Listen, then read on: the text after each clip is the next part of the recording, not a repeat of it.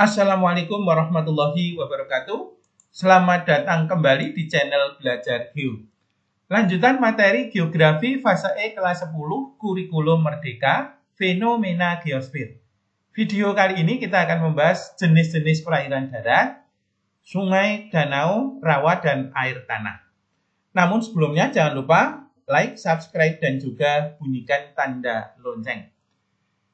Kita awali dari pengertian perairan darat, merupakan semua bentuk air yang terdapat di daratan, baik berupa cair, es, maupun salju. Perairan darat ini mencakup sungai, danau, rawa, dan air tanah. Dan perairan darat ini sebagian besar airnya berasal dari air hujan. Kita akan bahas satu persatu dan kita mulai dari sungai. Sungai merupakan air tawar yang berasal dari mata air dan mengalir dari tempat yang tinggi ke tempat yang lebih rendah menuju ke muara, baik muaranya itu di laut, danau, atau sungai lain yang lebih besar. Profil sungai atau bagian-bagian sungai, bagian hulu atau di sekitar lereng gunung yang tinggi memiliki lembah berbentuk huruf V. Bagian tengah memiliki lembah berbentuk huruf U yang panjang dan bagian hilir atau muara memiliki bentuk huruf U yang pendek. Karakteristiknya masing-masing sebagai berikut. Bagian hulu memiliki aliran airnya sangat deras dan tebingnya curam. Erosinya vertikal, mengerusnya ke bawah. Dan tadi bentuknya huruf V. Bagian tengah aliran airnya relatif atau masih agak deras, erosinya sudah vertikal ke bawah dan horizontal ke kanan kiri, dan mulai ada pengendapan di kanan kiri sungai. Bagian hilir pada stadium tua, aliran airnya semakin tenang dan tidak ada erosi, kemudian banyak terjadi pengendapan, mulai berkelak-kelok, bahkan terbentuk danau tapal kuda atau oxbolik, dan juga delta. Macam-macam atau klasifikasi sungai berdasarkan sumber airnya. Satu sungai hujan adalah sungai yang mata airnya atau sumber airnya berasal dari air hujan, seperti sungai yang ada di Pulau Jawa dan di Nusa Tenggara. Dua sungai gletser, sumber airnya berasal dari salju yang mencair. Sungai yang ada di Kanada, di negara Eropa Utara atau Skandinavia, dan di Rusia adalah banyak terdapat sungai gletser. Tiga sungai campuran atau sungai kombinasi, sumber airnya berasal dari mata air, air hujan, dan salju yang mencair. Kalau di Indonesia yang mirip dengan sungai campuran ini adalah sungai Memberamo yang ada di Papua, karena mendapatkan salju dari Gunung Puncak Jaya yang terus mencair setiap tahun. Berdasarkan keadaan air atau debit airnya, satu sungai permanen atau perennial, sungai yang airnya tetap mengalir sepanjang tahun, tidak berubah. Contohnya sungai Memberamo di Papua, Kapuas di Kalimantan, Kahayan, Barito, Sungai Musi, dan Batanghari. Dua sungai periodik atau intermittent adalah sungai yang airnya melimpah di musim hujan, namun berkurang di musim kemarau. Contohnya sungai di Pulau Jawa seperti Sungai Bengawan Solo dan Sungai Serayu. Tiga adalah sungai episodik, sungai yang airnya mengalir pada musim hujan dan kering di musim kemarau, di NTB dan NTT. Ini pada musim kemarau, sungai ini fisiknya adalah sungai tapi tidak ada airnya. Sungai yang keempat, epimeral, sungai yang hanya berair di musim hujan, tapi akan mengering dan bahkan terkadang hilang alirannya di musim kemarau. Contohnya di daerah gurun. Yang C, berdasarkan pola alirannya, satu pola aliran sungai paralel adalah pola aliran sungai yang sejajar antara satu sungai dengan sungai yang lain. Biasanya terdapat pada daerah berlereng curam atau pada coastal plain yang masih muda, dataran pantai yang muda. Gambaran lainnya seperti ini, sejajar. Yang kedua, pola aliran sungai dendritik adalah pola aliran yang tidak teratur tetapi membentuk seperti struktur pohon. Ini ya, seperti struktur pohon. Tiga, trellis adalah pola aliran sungai yang berbentuk seperti tralis jendela atau menyirip seperti daun. 4. Rektanguler. Pola aliran sungai yang membentuk sudut siku-siku atau saling tegak lurus. Ini biasanya terjadi atau terdapat pada daerah patahan. 5. Radial. Adalah pola aliran sungai yang menjadi atau menyebar. Ini ada 2. Radial sentripetal, pola aliran sungai yang menuju ke pusat. Karena menuju ke pusat, maka pastilah pusatnya itu rendah. Seperti pada cekungan, danau, atau rawa. Sebaliknya, radial sentrifugal itu pola aliran sungai yang menyebar meninggalkan pusat. Tentu pusatnya lebih tinggi, seperti pada gunung, atau kubah, atau dum. Berdasarkan genetika atau asal alirannya, arah alirannya, satu sungai konsekuen. Nih sungai konsekuen. Adalah sungai induk atau sungai yang arah alirannya menuruni lereng asli atau lereng awal. 2. Sungai subsekuen. Ini cabang dari sungai konsekuen. Berarti ini ya. Yaitu sungai yang alirannya mengikuti arah patahan atau street valley. 3. Adalah sungai obsekuen. Cabang dari sungai subsekuen, tapi berlawanan arah dengan sungai konsekuen. Maka inilah sungai subsekuen, obsekuen. 4. Sungai resekuen. Cabang dari sungai subsekuen lagi. Tapi arah alirannya sejajar dengan sungai konsekuen. Dan yang tidak menurut struktur batuan ini, ada satu lagi sungai insekuen, sungai yang mengalir tanpa ditentukan oleh struktur batuan. Perairan darat yang kedua adalah danau. Merupakan cekungan besar dan relatif dalam di permukaan bumi yang digenangi oleh air, baik air tawar ataupun air asin, dan dikelilingi oleh daratan. Karakteristik dari danau, airnya cukup dalam.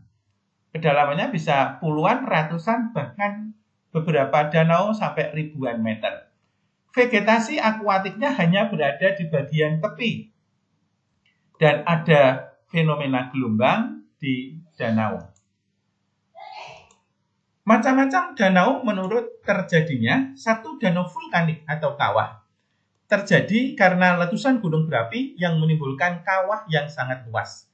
Contohnya adalah Danau Kelumutu di Nusa Tenggara Timur, Danau Kintamani, Danau Kawah Gunung Bromo, dan juga Telaga Warna yang ada di Dieng. Yang kedua adalah danau tektonik, terjadi karena peristiwa tektonik yang mengakibatkan turunnya kulit bumi dan membentuk cekungan yang besar. Contohnya Danau Poso, Danau Tauti, Danau Singkarak, dan sebagian besar danau di Indonesia, bahkan di dunia. Yang ketiga adalah danau tektono-vulkanik, adalah campuran atau gabungan kombinasi dari tektonik dan vulkanik, terjadi karena letusan gunung berapi yang diikuti oleh merosotnya material gunung. Contohnya Danau Toba. 4. Danau hempangan atau bendungan. Ini terjadi karena aliran sungai yang terbendung material atau endapan yang longsor, sehingga terbentuklah danau. Juga bisa terjadi karena aliran sungai endapannya semakin tinggi, sehingga terbentuklah danau tapal kuda atau oxbolik. 5. Danau glasial. Ini terjadi karena mencairnya gletser atau salju di daerah kutub, seperti di Danau Michigan, Superior, Ontario, dan juga Danau Huron dan Erie. 6. Danau karst terjadi karena pelarutan batuan kapur sehingga membentuk cekungan dan terisi oleh air. Banyak terdapat di pegunungan kapur, Pulau Jawa bagian selatan, dan di Nusa Tenggara. Dan di bentangan lahan daerah karst ini sangat banyak. Fenomenanya antara lain adalah diawali dengan ponor, yaitu lubang kecil tempat meresapnya air ke dalam tanah. Ponor yang sudah besar akan membentuk dolin, ya, ini gambar dolin yang lebih besar, dan dolin yang saling bergabung akan membentuk uvala, atau orang Jogja menyebutnya telaga. Telaga yang sudah tingkat lanjut akan menghasilkan polje, yaitu depresi luas daerah kas yang dikelilingi oleh dinding-dinding terjal atau tegak. Danau yang terakhir adalah danau buatan atau waduk atau bendungan. Ini danau yang dibuat oleh manusia dengan tujuan tertentu. Dan inilah waduk atau danau terkenal, danau buatan terkenal di Indonesia. Ada Jatiluhur, Karangkates, Gajah Mungkur, dan sebagainya. Kita lanjutkan perairan darat berikutnya, namun kita bisa melihat peta persebaran danau di Indonesia tersebar merata mulai dari Sumatera sampai ke Papua.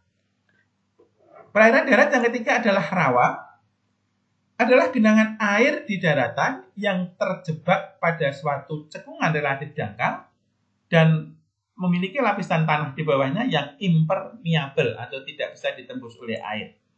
Karakteristiknya, biasanya airnya asam berwarna kemerahan, kemudian di dasarnya banyak lahan gambut dan juga banyak terdapat tanaman yang lain. Klasifikasi rawa berdasarkan letaknya ada 3. Rawa pedalaman, berarti rawa ini terdapat di tengah daratan. Contohnya rawa Pening yang ada di Kabupaten Semarang, Jawa Tengah. 2. Rawa lebak, rawa yang terdapat di kanan kiri sungai. 3. Rawa pantai terdapat di dekat atau di daerah pantai dengan biasanya hutan mangrove sebagai karakteristiknya. Berikutnya, klasifikasi rawa berdasarkan sifat atau rasa airnya. Ada rawa air tawar, ini berarti terletak di daerah pedalaman atau di dekat hutan. Kemudian rawa air asin di kawasan pantai yang dipengaruhi oleh pasang surut air laut. Dan rawa air payau itu di kawasan pantai yang dekat dengan muara sungai atau sungai yang dekat dengan muara pantai, Berikutnya adalah jenis-jenis rawa berdasarkan kondisi air dan tumbuhan yang hidup di rawa tersebut ada 4.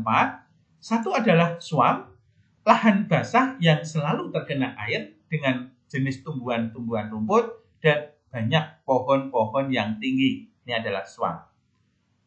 Yang kedua, marsh adalah swamp, tetapi tumbuhannya adalah tidak ada yang tinggi, yang berupa adalah rumput pendek dan ilalang. Yang ketiga, bog namanya, lahan basah yang di permukaannya kering, tetapi dalamnya basah, sehingga ketika terinjak, dia akan seperti trampolin atau memiliki gaya elastis. 4. Rawa pasang surut, rawa yang airnya berasal dari pasang surut air laut dengan vegetasi karakteristiknya adalah mangrove. Inilah persebaran rawa di Indonesia. Yang banyak terdapat rawa di Indonesia adalah Sumatera, pantai Sumatera Timur, pantai selatan dan barat Kalimantan, dan Papua bagian selatan. Perairan darat yang keempat adalah air tanah. Merupakan air yang terdapat dan tersimpan di dalam tanah atau di sela-sela bebatuan yang mengalir ke permukaan bumi melalui pancaran atau rembesan. Klasifikasi air tanah berdasarkan letaknya ada air tanah dangkal atau phreatis, yaitu air tanah yang terdapat di atas lapisan kedap air atau lapisan impermeable adalah lapisan yang tidak tembus air. Air ini biasa disebut air sumur oleh kita dan memiliki kedalaman biasanya tidak terlalu dalam atau dangkal 10-20 meter. Ini adalah gambarannya. Ini lapisan tanah biasa, ini lapisan tanah kedap air, dan ini juga kedap air. Air tanah dangkal phreatis yang atas. Ya, makanya itu namanya ini sumur phreatis. Yang kedua, air tanah dalam atau artesis. Air tanah yang terletak di antara dua lapisan kedap air. Sehingga inilah lapisannya dan menghasilkan sumurnya sumur artetis. Klasifikasi air tanah berikutnya adalah menurut asal-usulnya. 1.